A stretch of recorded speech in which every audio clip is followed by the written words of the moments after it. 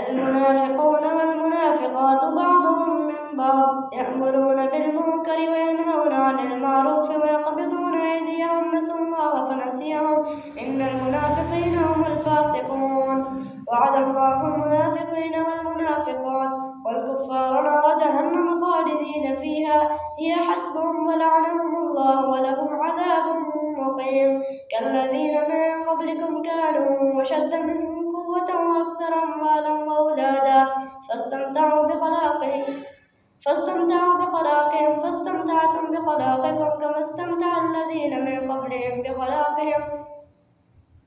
كما استمتع الذين من قبلكم بخلاقهم وخضتم كالذي خاضوا أولئك حبطت أعمالهم في الدنيا والآخرة وأولئك هم الخاسرون ألم يأتهم نبأ الذين من قبلهم قوم نوح وعاد وثمود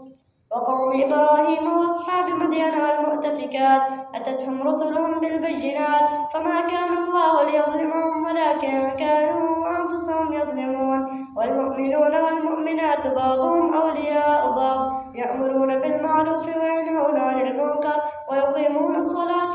ويؤتون الزكاة ويطيعون الله ورسوله أولئك سيرحمهم الله إن الله عزيز حكيم وعد الله المؤمنين والمؤمنات جنات تجري من تحتها الأنهار خالدين فيها ومساكن طيبة في جنات عدن ورضوان من الله أكبر ذلك الفوز العظيم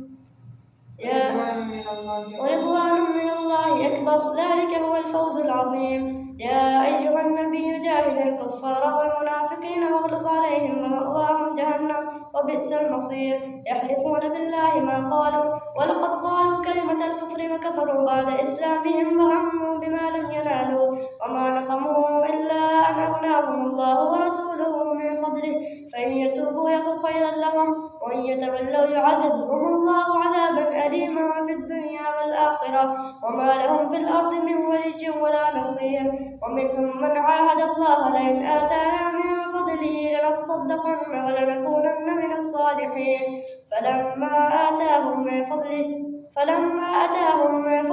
بخلوا به وتولوا وهم معرضون فعقبهم نفاقا في قلوبهم إلى يوم يلقونه بما أخلفوا الله ما وعدوا وبما كانوا يكذبون ألم يعلموا أن الله يعلم سرهم ونجواهم وأن الله علام الغيوب الذين يلمزون المتطوعين من المؤمنين في الصدقات والذين لا يجدون إلا جهدهم فيسخرون منهم سخر الله منهم ولهم عذاب أليم استغفر لهم أو لا تستغفر لهم إن تستغفر لهم 70 مرة فلن يغفر الله لهم ذلك بأنهم كفروا بالله ورسوله والله لا يهدي القوم الفاسقين فرح المخلفون بمقعدهم خلاف رسول الله وكرهوا أن يجاهدوا بأموالهم وأنفسهم في سبيل الله وقالوا لا تنفروا في الحر قل نار جهنم أشد حرا لو كانوا يفقهون فليضحكوا قليلا وليبكوا كثيرا جزاء بما كانوا يكسبون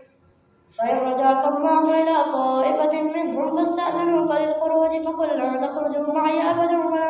ولا تقاتلوا معي عدوا إنكم رضيتم بالقعود أول مرة فاقعدوا مع الخالفين ولا تصل على أحد منهم مات أبدا ولا تقم على قبره إنهم كفروا بالله ورسوله وماتوا وهم فاسقون ولا تعجبك أموالهم وأولادهم إنما يريد الله أن يعذبهم بها في الدنيا وتزهق أنفسهم وهم كافرون وإذا أنزلت سورة أن آمنوا بالله وجاهدوا مع رسوله استأذنك أولو الطول منهم وقالوا ذرنا نكن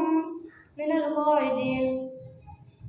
وإذا أنزلت سورة أن آمنوا بالله وجاهدوا مع رسوله استأذنك أولو الطول منهم وقالوا ذرنا نكن مع القاعدين رضوا بأن يكونوا مع الخوالف وطبع على قلوبهم فهم لا يفقهون لكن الرسول والذين آمنوا معه جاهدوا بأموالهم وأنفسهم وأولئك لهم الخيرات وأولئك هم المفلحون أعد الله لهم جنات تجري من تحتها الأنهار خالدين فيها ذلك الفوز العظيم وجاء المعذرون من الأعراب ليؤذن لهم وقال الذين كذبوا الله ورسوله سيصيب الذين كفروا منهم عذاب أليم ليس على الضعفاء ولا على المرضى ولا على الذين لا يجدون ما ينفقون حرج إذا نصحوا لله ورسوله ما على المحسنين من سبيل والله غفور رحيم. ولا على الذين إذا ما أتوك لتحملهم قلت لا أجد ما أحملكم عليه تولوا وأعينهم تفيض من الدمع حزنا ألا يجدوا ما ينفقون. إنما السبيل على الذين يستأذنونك وهم أغنياء رضوا بأن يكونوا مع الخوالف وطبع الله على قلوبهم فهم لا يعلمون.